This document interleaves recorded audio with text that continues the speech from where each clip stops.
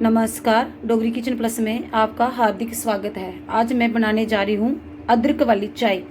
मैंने एक बाउल रख दिया है इंडक्शन के ऊपर, अपना इंडक्शन ऑन कर लिया है, उसके ऊपर बाउल रख दिया है और उसमें डाल दिया है पानी।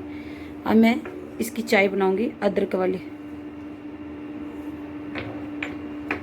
अब मैं इसमें डालूंगी अदरक जो मैंने अच्छे से कूट लिया था, इसमें डाल रही हूँ और उबाल आने तक इसका वेट करूँगी।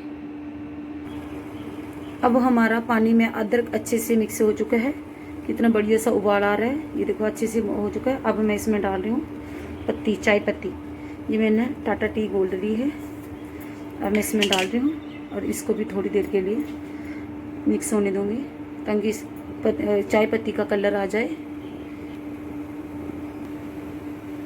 अब हमारी चाय पत्ती पानी में अच्छे से मिक्स हो चुकी है, कितना बढ़िया सा कलर आया है, ये देख लो कितना बढ़िया सा कलर आया है। अदरक भी अच्छे से मिक्स हो चुका है, चाय पत्ती।